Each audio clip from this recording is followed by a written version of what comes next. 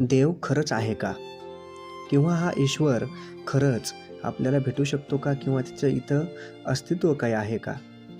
असा बऱ्याच वेळेस प्रश्न निर्माण होतो. त्यावर आपण अनेक मार्गाने विचार करतो, परंतु प्रत्येक वेळेला त्याचं उत्तर आपल्याला सापडेलच असं नाही. कारण हा विषयच एवढा गहन आहे आणि खोलवर आहे. यासाठी पूर्णपणे सत्यरूपी मन आवश्यक आहे. विचाररूपी जेव्हा मनाने आपण विचार करतो, तेव्हाच आपल्याला या ईश्वराचं किंवा देवतेचं गमक सापडू शकतं. वरवर पाहता आपण म्हणतो ईश्वर इकडे आहे तिकडे आहे, परंतु खरंच तो कोठे कोठे व्यापलेला आहे. याबद्दल संत ज्ञानेश्वर महाराज त्यांच्या एका अभंगातून आपल्याला खूप चांगलं संकेत देतात किंवा एक प्रकारे मार्गदर्शन करतात आणि ते सांगतात की हा ईश्वर कसा चराचरात व्यापलेला आहे. हा ईश्वर प्रत्येक ठिकाणी कसा आहे. आपल्याला नेहमी जो प्रश्न पडतो की खरंच देव आहे का, तर त्याचं उत्तर आपल्याला ज्ञानेश्वर महाराजांच्या या अभंगामधून मिळतं. कारण ईश्वर जर आहे तर तो कुठे आहे आणि तसाच आहे तर का आहे, ह्या सर्व गोष्टींविषयी ज्ञानेश्वर महाराजांनी स्वतः देखील त्याच्यावर त्यांनी सांगितलं आहे आणि त्याच्यावर देखील स्वतःच्याच त्यांच्या वाक्यावर त्यांनी प्रश्न देखील केलेले आहेत. ज्ञानेश्वर महाराज त्यांच्या एका अभंगामध्ये म्हणतात, जनी वनी हरी आहे निरंतर, बोलिले वैखरी व्यासमुखे, जगजीव ईश्वर क्षरला चराचर, लक्षालक्ष पार अलिप्तपणे, चहू देहा ग्रासी व्याला तत्वे तत्वेसी, हरी वैराटेसी एक वृक्ष, ज्ञानदेव म्हणे वृक्ष ही वृक्ष न होणे, असोनी नसणे सुमनी जैसे.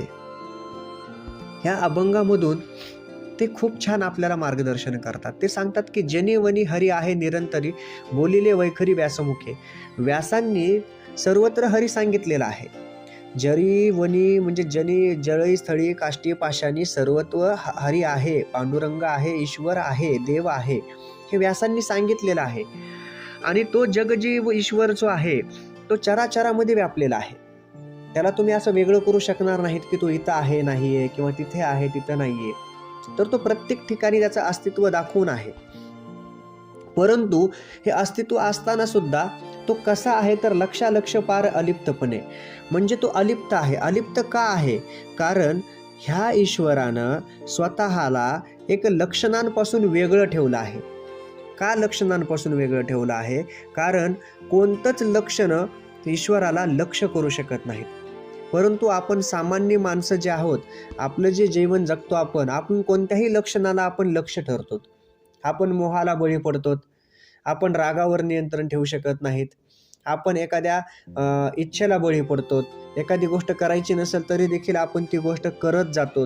कारण आपण त्या लक्षणाला आपण लक्ष ठरतो. तर तो ईश्वर लक्षणाला लक्ष ठरत नाही, म्हणून तो आहे पण अलिप्तपणे आहे. त्याला शोधण्याची दृष्टी किंवा बुद्धी आपल्याजवळ नाहीये. का नाहीये? तर ती नसणारच आहे का? किंवा आपण मिळवू शकत नाही का? तर असंही नाहीये. ती बुद्धी आपण मिळवू शकतो, ती दृष्टी आपण मिळवू शकतो, ती गोष्ट आपण जाणू शकतो. केव्हा? जेव्हा आपण प्रयत्न करू की आपल्या आत्म्याचं आणि सृष्टीतल्या परमात्म्याचं मिलन होईल.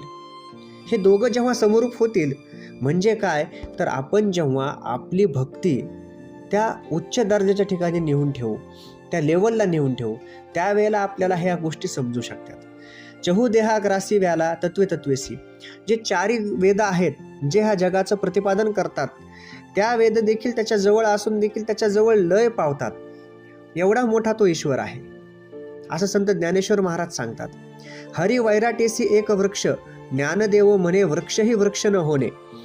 ह्या ओळीमध्ये त्यांनी एवढा गहन अर्थ सांगितलेला आहे की हरी वैराटेसी एक वृक्ष म्हणजे विराट रूपाचा असलेला तो, वैराट रूप धारण केलेला, विराट रूप दाखवलेला तो देव, हा विराट रूपामधला देव देखील एक वृक्ष आहे.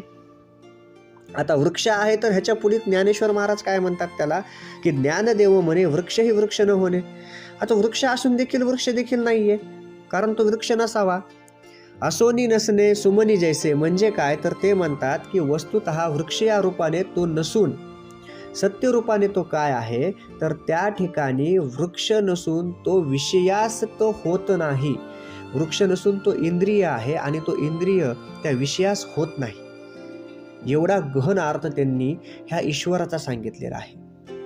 हा वैकुंठ रूपातला जो वृक्ष म्हणतात ते, तर तो वृक्ष देखील नाहीये. वृक्ष म्हणतात सुरुवातीला ज्ञानदेव, परंतु नंतर तो वृक्ष नसून वृक्ष आहे पण वृक्ष देखील नाहीये. कारण तुम्ही जेव्हा विचारपूर्वक मनाने विचार करता, सुमनी म्हणतात ते, काय म्हणतात, असोनी नसने सुमनी जैसे.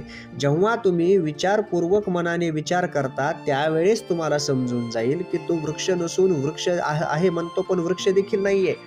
कारण की वृक्ष या रूपाने ते नसून वस्तुतः सत्य रूपाने तो वृक्ष नाही, तर तो सत्य रूपाने काय इंद्रिय ह्याला विषयास होत नाही. म्हणजे त्याचं पूर्णपणे प्रत्येक अवयवावर इंद्रियांवर त्यांचा अंकुश आहे, असा तो ईश्वर. तर हा ईश्वर जेव्हा आपण शोधतो तेव्हा कोणत्या एका बाजूला शोधून आपल्याला सापडणार नाही, त्याला सर्वत्व शोधावं लागेल.